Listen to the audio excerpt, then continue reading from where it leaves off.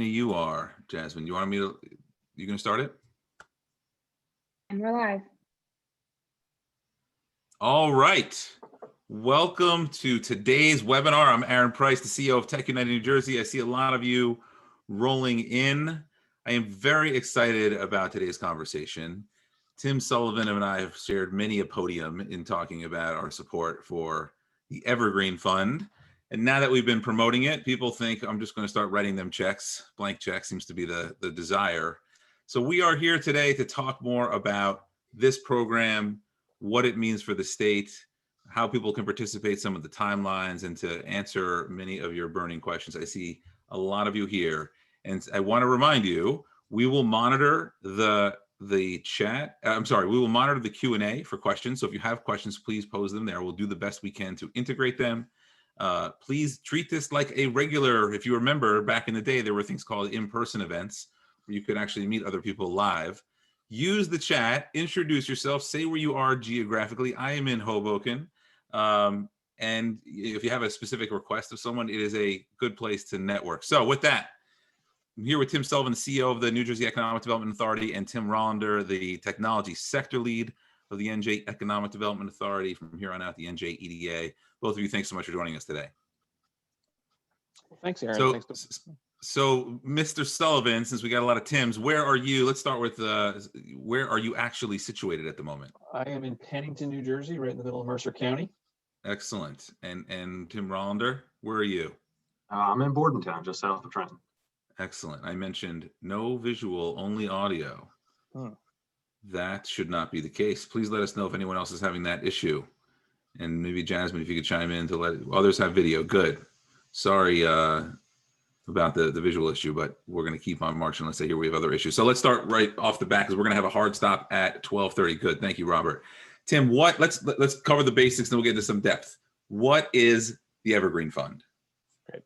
Well, first of all, thanks, Aaron and Jasmine and Anna for having us. Appreciate the chance to talk to you about this exciting program. Obviously, as Aaron mentioned, we've been out evangelizing for this for a good 2.5 years, something like that.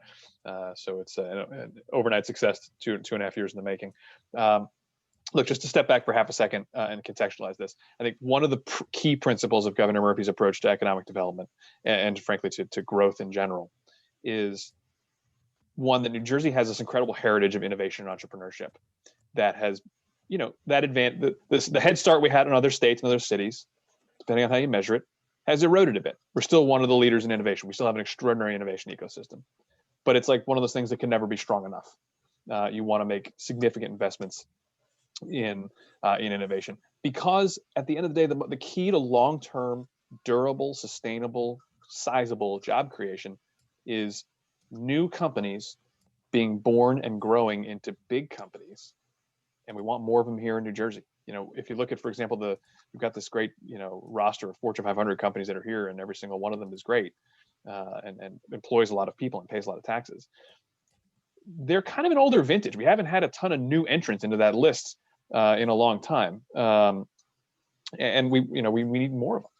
And so as we think about sort of how we think about fueling and driving economic growth over the next 5, 10, 25 years, rekindling or refiring our innovation engine and growing more, young companies, new companies into big companies is critical to how we approach that. The Evergreen Fund is one of, but by no means the only tool in the toolkit to do that. It is kind of the biggest and the flashiest and the most money, most cash associated with it. But we've spent a lot of time, and Aaron, you and your colleagues have been great partners in this, and as have others, thinking about, doing better supporting incubators, doing better supporting NJ Transit so people can get to and from work and have the kind of walkable, bikeable, mixed use 24/7 or something close to it kind of environment that, tech and life sciences and other entrepreneurial industries really want.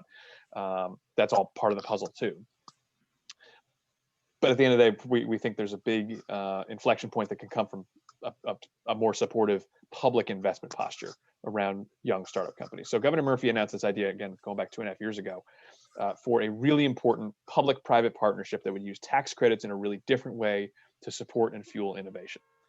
And that's now been, there were a lot of people who, let's go with chuckled or raised an eyebrow when we first proposed this and said, you're never going to get that done. We said, we think it's a pretty good idea. We'll see how we do. And here we are, thanks to support from great folks like Aaron and lots of other people. It's now been signed into law as of 2.5 weeks ago by Governor Murphy. So the way this works in sort of a nutshell, New Jersey has fallen from 5th to 15th in the amount of venture capital in the rankings of venture capital invested in our companies over the last 10 plus years. Other places have grown quite a bit. We've actually shrunk in the amount of dollars that we've taken in venture capital. And VC is not, money is not the only key ingredient, but it's kind of a cyclical thing. There's not enough money because there's not enough companies. There's not enough companies because there's not enough money, and on and on and on. We think one way to kind of break that cycle or change the trajectory of that cycle is with a significant investment vehicle to support more venture capital in New Jersey, but not just more money. There's plenty of venture capital in the world. There's some people would argue probably too much venture capital sloshing around the broader global marketplace. We think this is a set of a source of strategic capital. I'll tell you why in a minute. But it would take tax credits, which have gotten a lot of attention in the last 2, 3, 4, 5 years, and use them in a different way. The legislature has now authorized the EDA to auction a basket of up to $60 million of tax credits every year for the next 5 years. That's about $300 million. That auction will be conducted based on 2 factors. One, what is a bidder willing to pay for that tax credit? When we say bidder, it's likely to be large New Jersey companies with significant, corporate tax exposure. What are they willing to bid for that tax credit? So they get a bit of a discount on their taxes. We expect that'll be, 85, 90 cents on the dollar, somewhere in that range. Could be different, but that's. I believe, and please correct me if I'm wrong, that there's an 85-cent minimum. Is that correct? It can't be lower than 85. That's exactly right. Yeah. Maybe we'll have a hot auction. It'll be 99, but my guess is it'll be closer to 85. And then the second factor they have to bid on is what are they willing to do to support the entrepreneurial ecosystem? That could be a bunch of different things, and we're still sort of working out the fine details of how that'll work. But if you're a biotech company, that can mean partnering with. If you're a big pharma company, that's one of those bidders. It could mean partnering with small biotechs. That could mean mentoring and training. If you're a big corporate, that could mean committing some of your IT spend to New Jersey startups or some percentage. That could mean working with primary or secondary or post-secondary education institutions to do talent development. It could really take a bunch of different forms. Or working perhaps with a large organization in the state that's focused primarily on technology, like maybe a trade group. I have heard that as an idea. Trade groups are certainly part of the mix here, and that certainly I think is some folks I'm sure will choose to do that. Will take that approach. And we think that helps cement. One of the key features of the most successful entrepreneurial ecosystems around the country, whether that's Austin, Boston, the Valley, New York City to a certain extent, although I think we can do better than the city, my old stomping grounds, is a strong nexus and working partnership between big companies, big successful growing companies, institutions of higher education, particularly on the research side, and also on the talent side, and young new companies. So we think that sort of knits together all 3 of those pieces in that auction process. We'll then take the proceeds of that auction. So if we run 5 auctions at 60 million at 90 cents on the dollar, that'll generate a pool of, call it $250 million, $250 million over 5 years. We will pair that money dollar for dollar with what I would characterize as real venture capital, private venture capital, experienced investors who will be making their own investment. We'll pair it at least dollar for dollar. Maybe we'll do better and they'll put in 3, we'll put in 1, but the state will be a co-investor essentially in companies that these investors have brought to the state, bringing it to the fund essentially and saying, hey, we're ready to make this investment in this company at X, X dollars at X terms and, all the various bells and whistles that come with an early stage investment. Does the state want to be in? With the condition, of course, that the state money comes in, the company's got to be in New Jersey and stay in New Jersey and commit to growing, most of its new jobs in New Jersey. We think that's a massive competitive advantage. We think that is a make or break location decision kind of question that, will persuade both venture capitalists and entrepreneurs to think differently about being on the other side of either the Delaware or the Hudson from Philly or New York.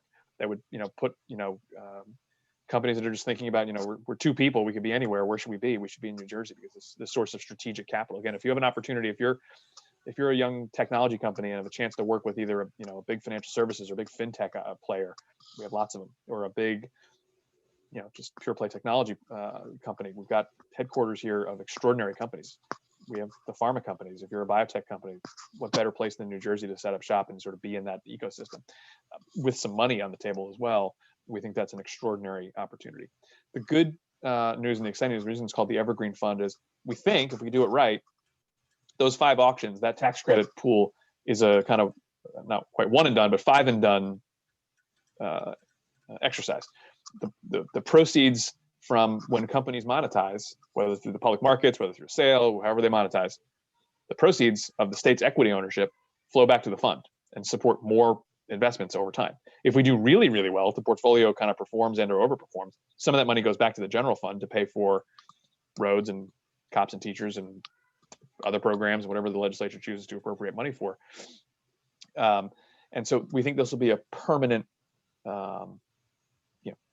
initially or sort of at the onset, $500 million pool of capital to make investments over and over again in New Jersey's innovation ecosystem. So this is the kind of thing I think one of the things Governor Murphy deserves credit for. This is the kind of thing that, we'll make some news about now. We'll begin to get this underway. But the big wins here come 5, 10, 15, 20 years from now, when companies that get early stage investments, crack the Fortune 1,000, 550, whatever the metric is, and hopefully we'll be able to point to a few of them, maybe more than a few, that participate in this. We've got a bunch of questions coming in. I want to try to, and we have a limited time, so we're going to try to do some rapid fire here. And Zach, if you could put it's a nice way of giving me the hook. Thank you. Well, it's a lot of good info, but we're friends. You can do that. It's okay.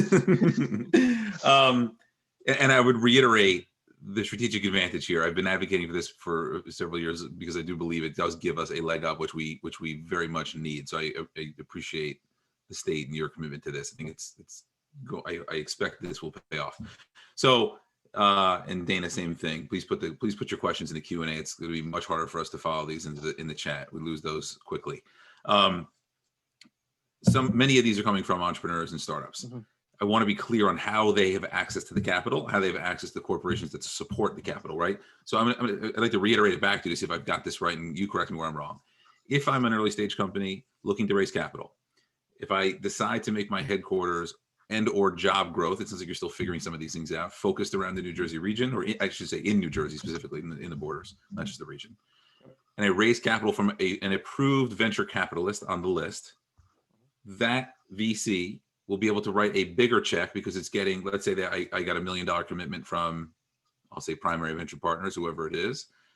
If they were an approved organization on the list, you'll add an additional $1 million to the round. So I get more firepower to build instantly. And as an entrepreneur, my fundraising process, which many of us know, which is a very time-consuming, painful process, becomes much more efficient because of that.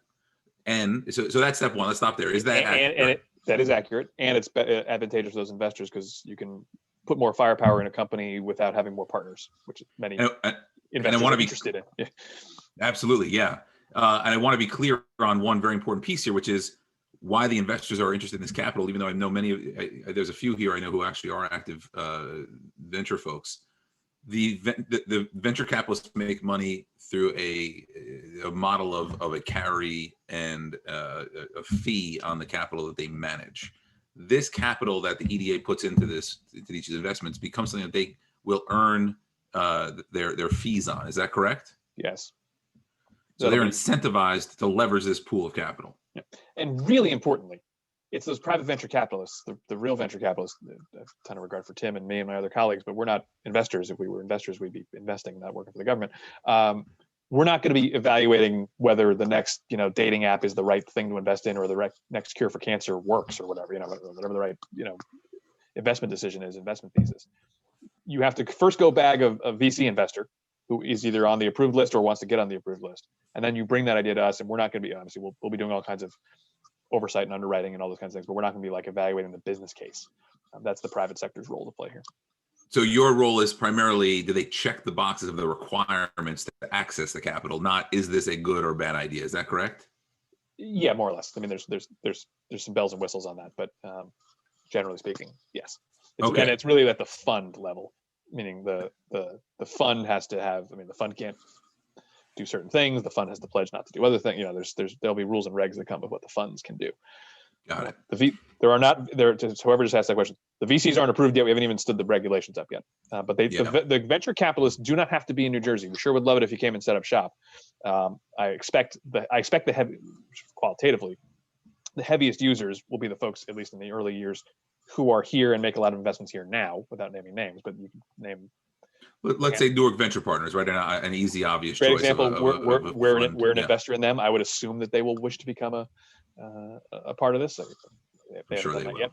Yeah. If one of the big funds out of the valley wants to become an approved partner, that'd be great, because it means their money's going to come there too. So that they don't have to, Sequoia doesn't have to move to Hoboken to access the fund. If they But want the to, company needs to have a presence. they of some want to, we'll kind. figure it out. We'll help them do that too. But Since we know we're talking to an audience around the region, for those specifically, let's say in Philly or New York, where their company may be headquartered there, what I don't believe you have the rules fully baked yet, but what do you expect it to look like for their commitment to New Jersey to be?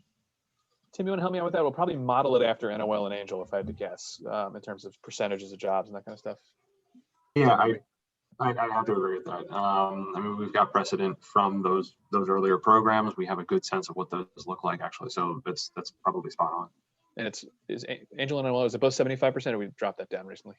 Angel's still 75%. Yep. So there are a lot of questions, and to be clear to many of you, I'd love for you to continue networking in the chat and to just post questions in the Q&A, but the Q&A is not meant to be the networking area to replace the chat. It's really to help us focus our questions.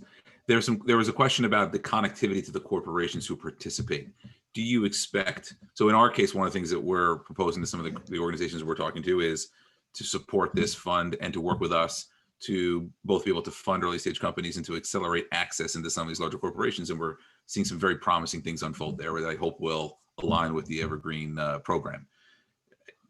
Do you expect, but that's, we TechUnited are adding value to the mix by vetting companies, by making introductions. That's part of the services and the programs we expect to provide here.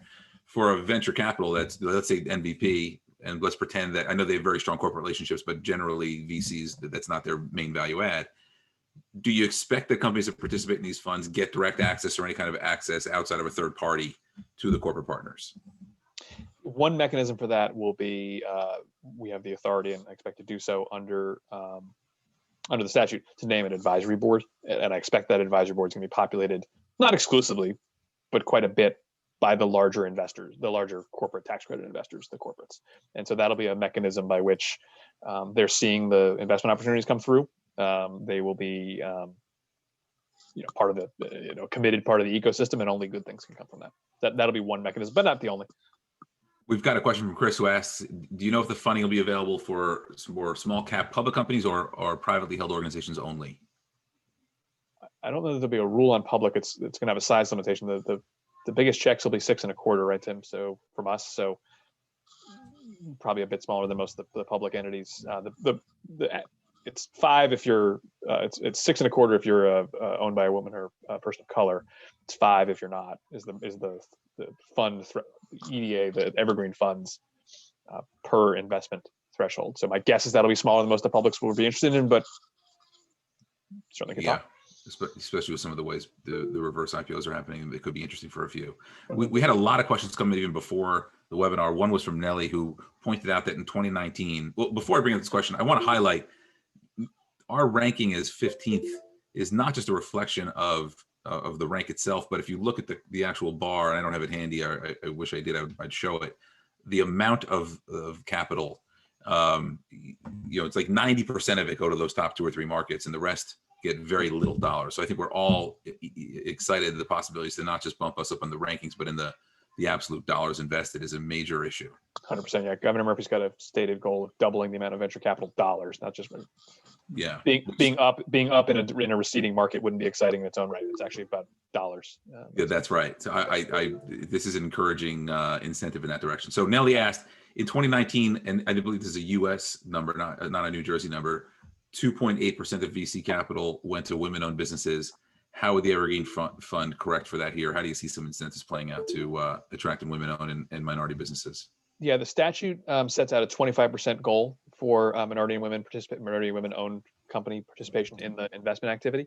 I'd like to exceed that number, but that's statutorily set out as a goal. That is not the only thing we're doing around trying to pursue a more diverse and inclusive innovation ecosystem. The angel tax credit was broadened last year, 2 years ago now, to include a diversity bonus. You get an extra 5% credit for having ownership either a founding group that is women or people of color. And so we're doing a bunch there.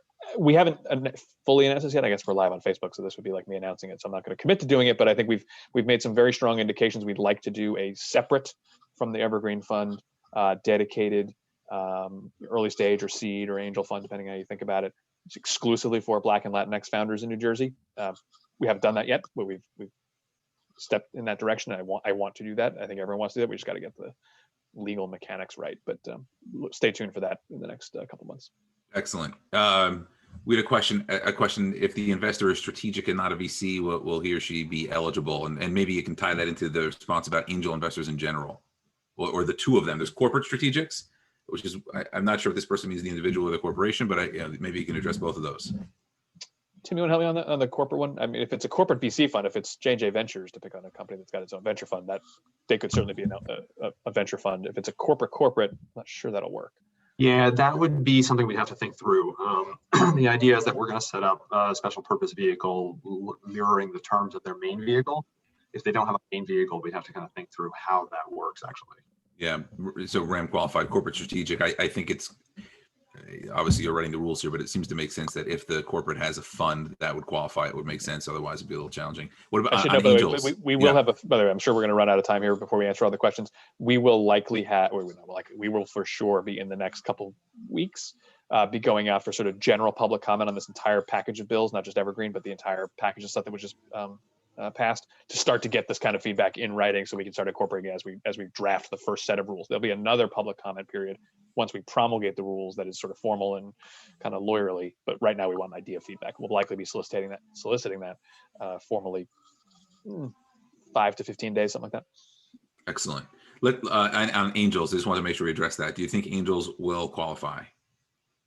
That's also going to be something that we have to look through actually. So it's, as Tim said, we're going to be gathering comments out there. So we'll try and see how does that align with the mandate with the Evergreen Fund.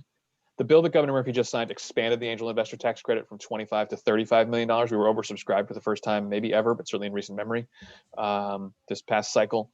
And so we added some dollars to that. The governor added some dollars to that. So that's a good thing on the angel side. Also, it allows angel funds to play in that in a different way than it had been historically. I'm practicing without a license here. Tim and Kathleen Covey on the others who do this every day.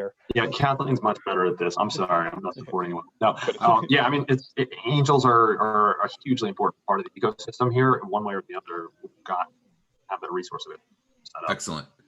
I'm sure we will. I know that Tim has a hard stop in 6 minutes. I expect we'll run out of time, and I'm sure that as this unfolds, we'll hopefully do a round 2 of this and answer additional questions.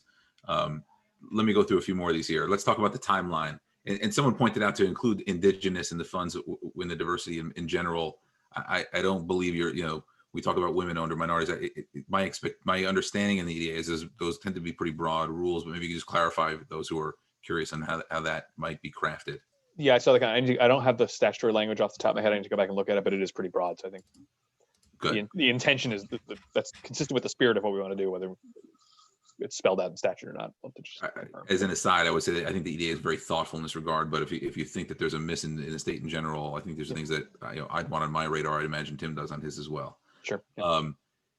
The timeline, right? So when do you expect this will be figured out and corporations will start to bid and companies can actually start to hope to access these funds?